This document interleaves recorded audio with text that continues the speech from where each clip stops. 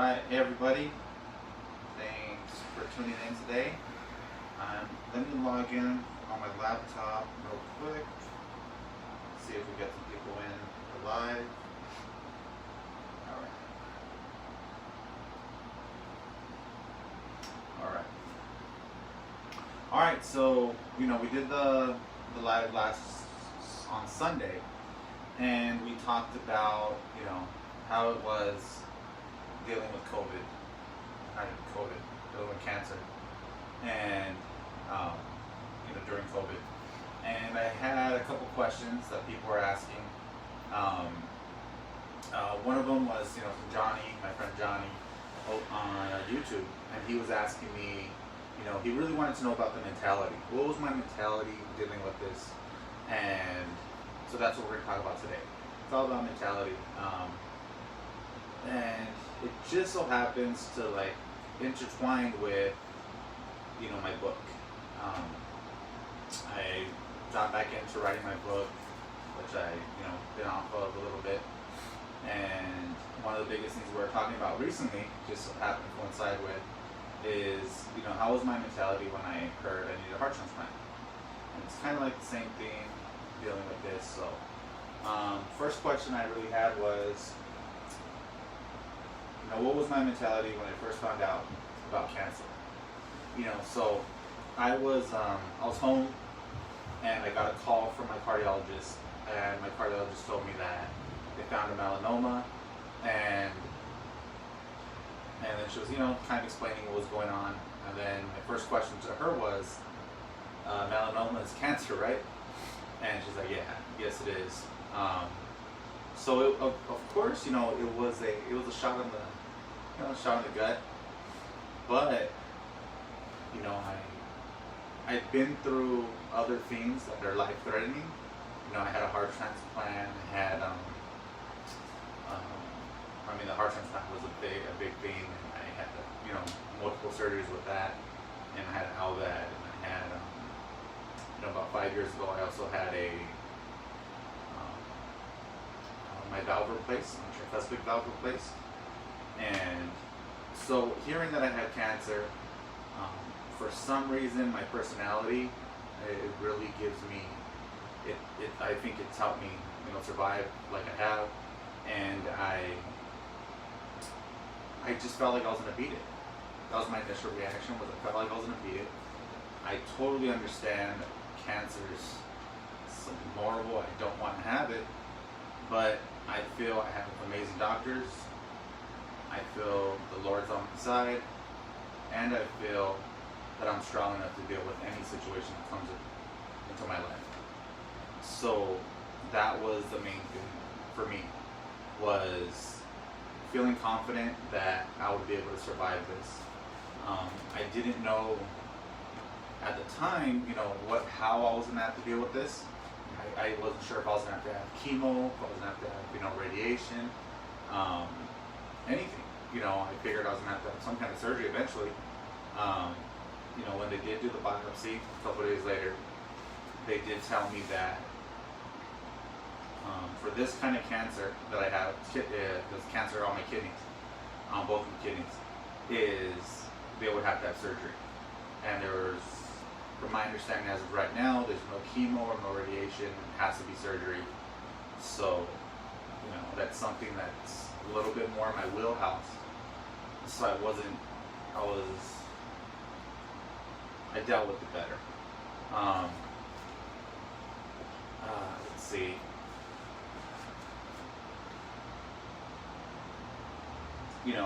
I did reflect, right after I found out I had that, right after my doctor told me that I had cancer.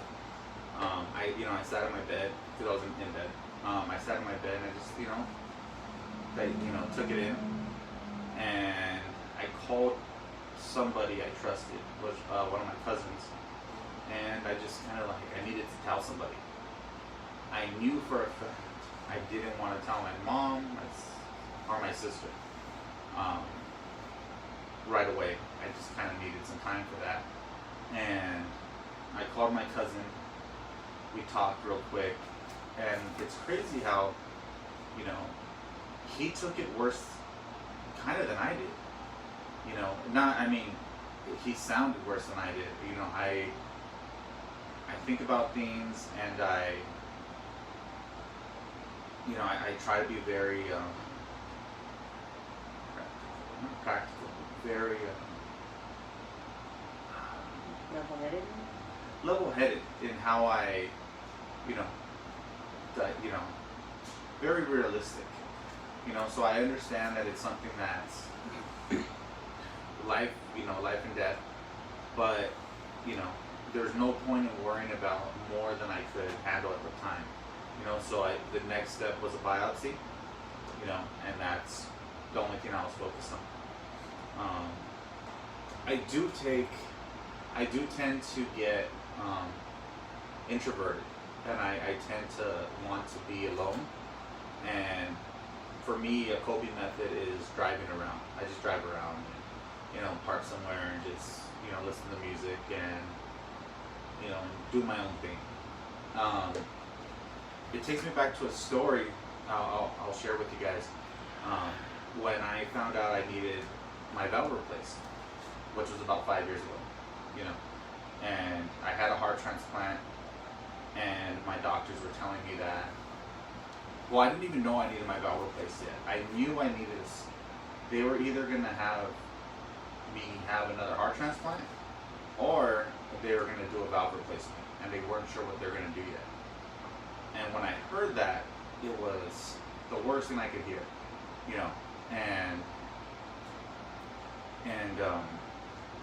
at the time I was taking a mentorship class with this real estate company that I was in, New Wealth Advisors Club, and my mentor was this guy, Dave Boswell, and we had a mentorship class, in touch with some of the people in the class, and what we were doing every day was we had a gratitude. We had a gratitude, 3 gratitudes in the morning, 3 gratitudes at night, and we shared with everybody in the group, what you're grateful for, and everybody was very supportive. At that time, I just got told that, I'm going to need either another heart transplant or I'm going to need a valve replacement, and it's hard to be grateful, at that time, just like it is, when you're going through cancer. So I was paying a good amount of money to be in the group, and I really liked the group, and I made sure that after a couple of days, I go, I'm either going to get out of the group, or I need to reach out to Dave, who's he was running the class, and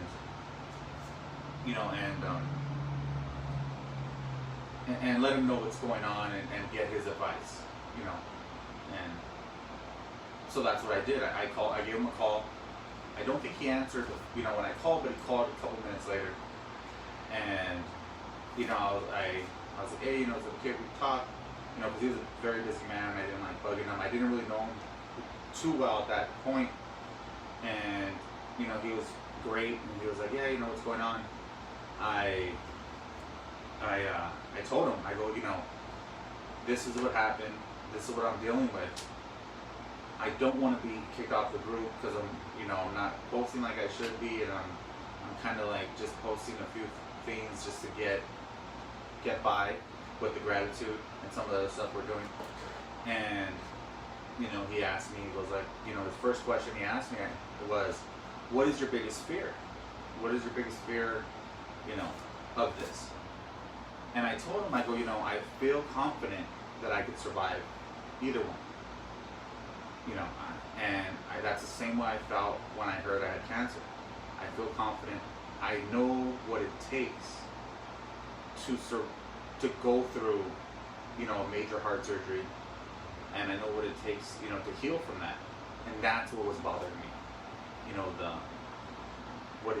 The healing process and the recovery. And he goes, well, when did you have your last surgery? And I was like, well, my last one was about 19 years ago back then. And he's like, well, I'm sure they got better, since then. And, I'm sure things must have changed. And I didn't think about that. That's something I didn't think about at all. I just figured it's going to be exactly the same. And to my surprise, when I had my last heart surgery, it was so much easier than all the surgeries I had when I was younger. And I had like 4 or 5 back then. So, that was one thing that we talked about. And then the second thing was, he goes, so what are you doing? I go, well, I'm just kind of keeping it myself. I'm not really talking to people. I think at that point, I wasn't even really telling anybody. I kind of kept it to myself for a while. And Dave is, Dave was a Christian. And he told me, the one thing he told me was, the enemy wants you to feel alone. And, I'm Catholic, and I never really heard it that way, but I understood what he was saying.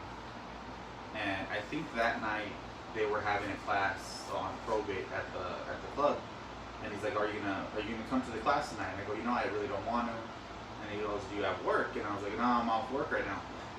So he's like, just come to the class just to be around people, people that, with good energy, just be around the good energy. And, I trust the man, and I went, and everything kind of changed after that. I noticed some of the habits that I was doing to kind of keep distant from, and that's something that I think helped me along this journey of the cancer, finding out about cancer. Don't get me wrong, there's still some things I did that, I still kind of keep to myself a little bit, but I told my family sooner than I did the last time, and, I was more open with what was going on, and I'm not shy about anything that happens to me. I'm not, I feel it's, God put this cross on me. I mean, not a cross, but put this in my life, and let me, and I'm strong enough to deal with it. So let's see what else.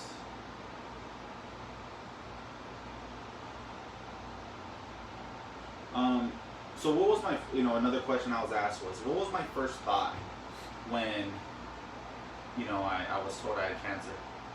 And this goes back to, I had a conversation with a friend of mine who also just found out she has cancer. And we were talking the other day, and she told me as soon as she was told she had cancer, she felt, it was a death sentence, and, I never once felt that. I understand there's a likelihood I could pass away from it. I have one more surgery coming up, and, to hopefully take care of this as it is right now. And I understand that it could come back. But I don't feel this is the thing that's gonna take me out. So I'm very grateful for my mentality in that sense, and that's another thing I think we're gonna do. We're doing a chapter in the book about my mentality. A whole chapter on that with, I never felt that, the heart, I had cardiomyopathy was gonna kill me. I never thought, all those surgeries I had were gonna kill me. I never thought the valve replacement, I never thought cancer was gonna kill me. I just feel I'm here for a reason. I don't know what it is exactly, but I just feel strong in that sense that I'm gonna overcome, these things. Let's see.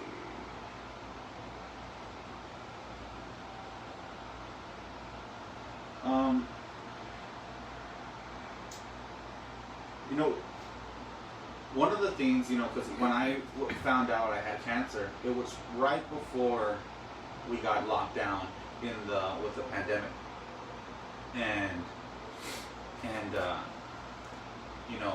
So right before, I was like, all right, I'm gonna have about 4 weeks to, start exercising more, start juicing, and basically within a couple of days, everybody went on lockdown, and people were fighting over toilet paper, you know.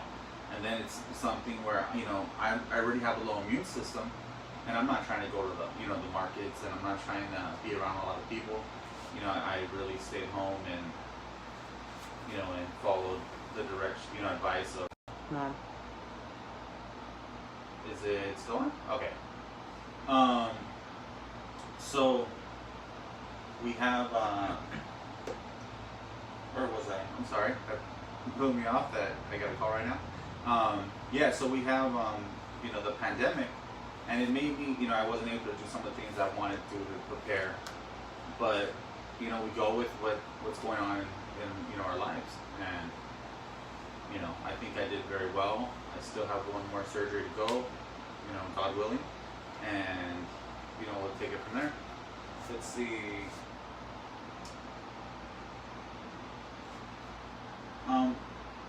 What kind of advice would I give someone going through this situation?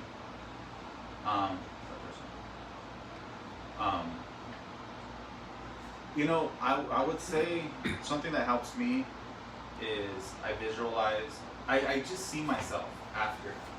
I don't know why I feel so confident and so how do you say it? I just kind of know. I know that I'm gonna be okay. But I visualize myself, post, cancer. I visualize myself post my whatever surgery I'm gonna have, and I think that really helps, get me past it. Let's see. That's kind of it. I do want to say, I truly believe that, your mentality is going to help you, through hard times, and I know it's helped me through mine. I really believe, my mentality that I've had through all these obstacles has helped save my life. And if anybody is going through anything and they just want to talk, you can reach out to me. And that's what I'm working on right now. My biggest thing I'm working on right now is sharing my story. Because I believe, your story is going to help you connect with your audience, or anybody,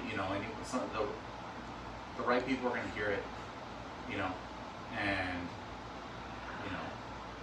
like I was saying earlier, a very good friend of mine found out she has cancer almost within a couple of days. Everything kind of happened at the same time with both of us.